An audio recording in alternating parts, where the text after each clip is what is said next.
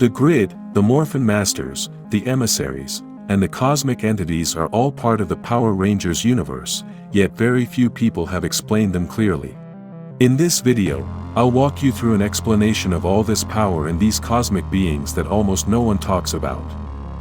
The Morphin Grid is very important in Power Rangers, but very few people talk about it, and some fans don't understand how it works. Before the existence of the universe, there were the Morphin Masters, who after the birth of the universe created a trio of emissaries with the light of a star to act as their representatives to mortals. These emissaries had the appearance of rangers, one red, one yellow, and one blue. The Morphin Masters are a civilization dedicated to studying the Morphin Grid. The Morphin Masters we know of so far are the ones who preside over this civilization. All members of this civilization, including the Morphin Masters who preside over it, possess a crystal called Morphin Heart and live near Master Forges that are located throughout the galaxy. Each one has an arc called Master Arcs which allow you to travel and connect to the Morphin Grid, in addition to being able to travel between different dimensions to travel long distances. Since the beginning of Power Rangers, they talk about the Morphin Grid, but almost never explain what it really is. The Morphin Grid is a multiversal energy field for all Power Rangers and is the largest source of energy for all teams anywhere in the universe.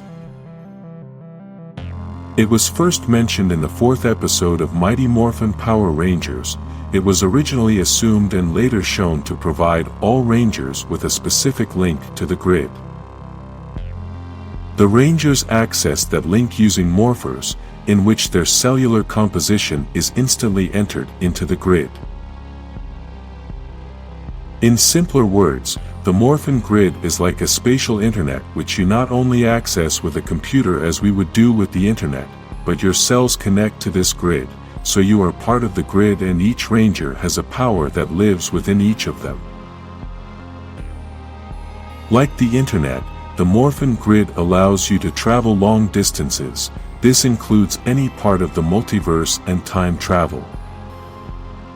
With the internet we can send messages instantly to any part of the world, but with the Morphin Grid you can send your body to any part of the universe and to any dimension of the multiverse, including different eras. This is why in the later episodes of the comics the villains were able to travel to different dimensions and times to infect the grid. Due to the great connection that the Morphin Masters have with the Morphin Grid, they have been the creators of several power sources for Power Rangers equipment such as the Ninja Nexus Prism, which gave power to the Ninja Steel Rangers which we saw in the first season of Power Rangers Dino Fury. They also created the Dino Gems that empowered the Dino Rangers, as well as the Energems for the Dino Charge Rangers. We know that the power coins used by the Mighty Morphin Power Rangers were created by Ninja, but Ninja had books written by the Morphin Masters inside his temple, which may explain how he was able to create them. The Morphin Masters not only created power sources, but taught other masters how to create them as we saw with Ninja. Although in Power Rangers Dino Fury we are introduced to only 6 Morph Masters, which include red, green, yellow, black, blue and pink, there are also other Morph Masters. One of those masters is Preetor, who lost his mind and became a possible villain after self-exiling himself to a place called the Void. This place was created after a hard battle won by the Morphin Masters against a villain using a Zeo Crystal. Due to the power of the Zeo Crystal, the Masters decided to look where this power came from, until they found a planet that was completely made of Zeo Crystal. After a long deliberation they decided to separate from the Morphin Grid that entire universe where this Zeo Crystal planet was, and this caused the condemnation of this universe to extinction since everything in this universe was going to be extinguished little by little. In the Void, no Ranger can access his powers due to the separation of the Morphin Grid that exists in this universe, although in the last episodes of the comics we could see how the Rangers managed to connect again. Because of all this, the Morphin Master Preacher volunteered to stay in this universe, the Void, to continue to ensure that this universe continues outside the Morphin grid, and even though Preacher is one of the most powerful beings with the strongest psyche, he still lost his mind and started attacking everyone.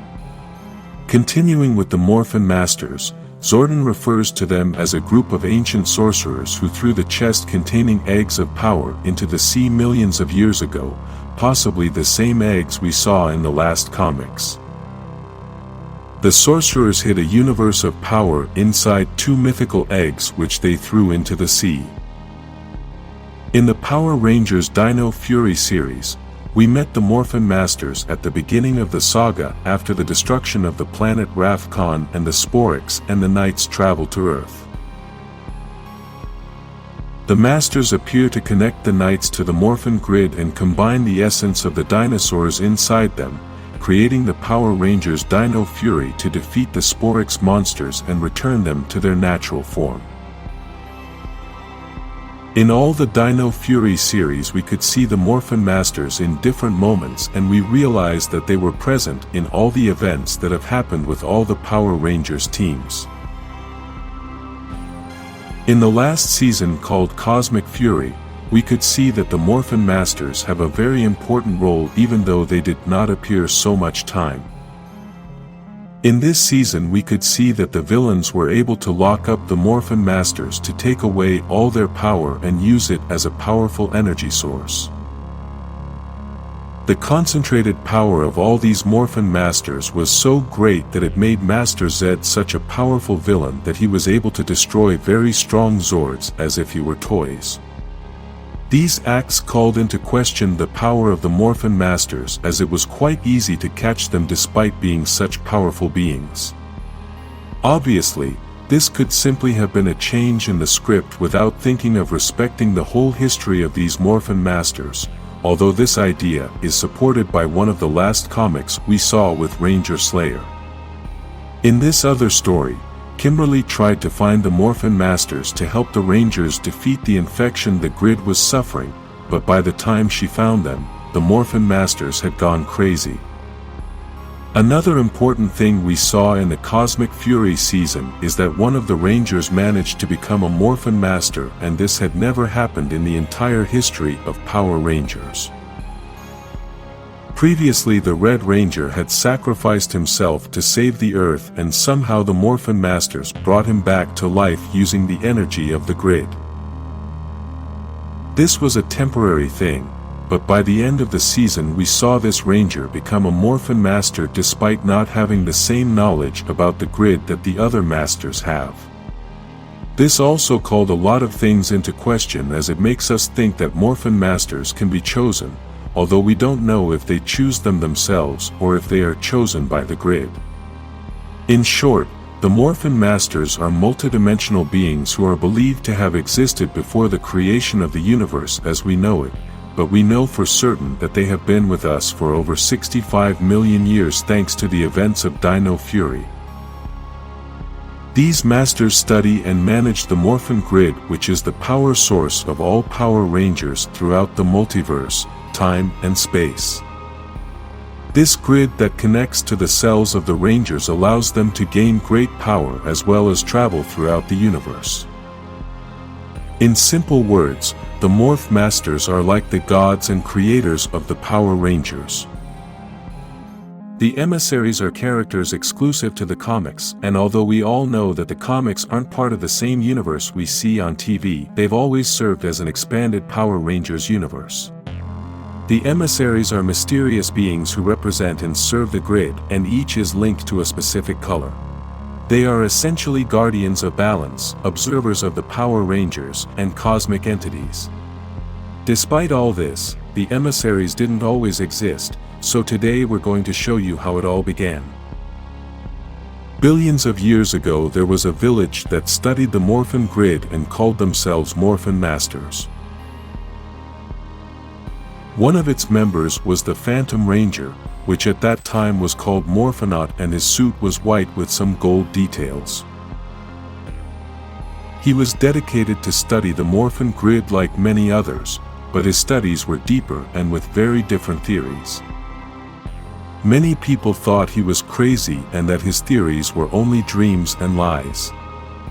After many years of research, Morphinaut invented a door that connected to the Morphin grid, since his theory was that inside the Morphin grid there was a dimensional space. Basically, in simpler words, there was another universe inside the Morphin grid. These gates are called Master Forge, and currently there are very few left since the civilization of the Morphin Masters lived, Planet 0117, which is now Earth. There were several, but they were destroyed. He was doing this experiment with his friend Chendal, a young man who helped him enter the Morphin grid, even though the Morphinaut did not want help from anyone. When the Morphinaut entered that new dimensional universe of the Morphin grid, he began to feel all that power and energy, but at the same time he began to feel an evil presence. Inside that place was an evil presence called Dark Spectre, which is the opposite energy to the energy of the Morphin grid. It has always been said that where there is positive energy, there is also negative energy, and Dark Spectre is the negative energy of the Morphin grid. This negative energy wanted to leave the Morphin grid because outside that universe it could be stronger, and because of this the Morphinaut asked Chendal to close the door, but he was unable to do so. Because of this, the Morphinaut sacrificed himself and detonated a bomb to destroy the door, but some of the negative energy had already left the Morphin grid. This negative energy invaded Chendal's body and gradually turned him into a monster, which became the leader of Dark Spectre's army. After 584 years, the people of the planet were still investigating this gate that the Morphinaut had invented, although they had already built several gates in that world. The planet began to be invaded by the army of Dark Spectre, which began to destroy all the Master Forges. All the Morphin Masters of each city began to enter the Morphin grid through these doors in order to be safe from the invasion, but the army arrived so fast that sometimes they did not have time to enter all of them, and those who remained outside became part of the evil army. Several friends who were visiting the laboratory where the Master Forge that had been invented by the Morphinaut was located, they were trying to escape by entering through the Master Forge of their city, since the one in the laboratory was not working because of the explosion. At that moment, someone came out of the door. It was the Morphinaut returning after 584 years inside the Morphin grid, which had an overload of Morphin energy and had to share it with those friends in the lab. The Morphin Masters had a crystal heart in their chest, which was able to control the power of the Morphin grid, but this power was killing them, so they had to invent something to control that power. That's when the Morphers started. With these new Morphers they were able to control the power and transform properly and formed the Squadron Rangers. These Rangers helped the Morphinaut battle against Dark Spectre's army and helped free their friend Chendal, who vanished after removing all the negative energy. After this, Dark Spectre began to corrupt the minds of the Rangers, who began to argue among themselves, but the Morphinaut absorbed all the negative energy and allowed Dark Spectre to use his body as a vessel. Because of this, the Morphinaut's white armor turned to black and the gold parts turned to gray. The Rangers made the ultimate sacrifice and broke their Morphers so that all the energy of the Morphin grid covered the entire planet and drove Dark Spectre away from the Morphinaut and the last Master Forge. Without realizing it, the Rangers became the new emissaries, who were not dead, but they were not alive either and now had a greater purpose. At that point, one of the emissaries told the Morphinaut that his purpose had also changed, and he was needed in the future, so he sent him billions of years into the future. The Morphinaut arrived on planet Elter and was greeted by Zordon, who at that time was one of the leading warriors of that planet. The Morphinaut changed his name and introduced himself to Zordon as Phantom Ranger, as he felt he was only a ghost of his true identity. From that moment on, the Phantom Ranger began to follow the missions given to him by Zordon, and one of those missions was to rescue Rita and her mother, Lady Fianna. At that time, Rita was a child and her mother wanted to take her to a master forge to fill her with the energy of the Morphin grid so that Dark Spectre could not use her as a vessel. Rita's father, Master Vil, arrived after the energy was inside Rita, yet he killed Lady Fianna and defeated the Phantom Ranger. He then kidnapped Rita to raise her on the side of evil, even though he could no longer give her to Dark Spectre. Thousands of years later, the Phantom Ranger arrived on Earth and helped the Turbo Rangers against Divatox. He also helped Zordon when he was captured.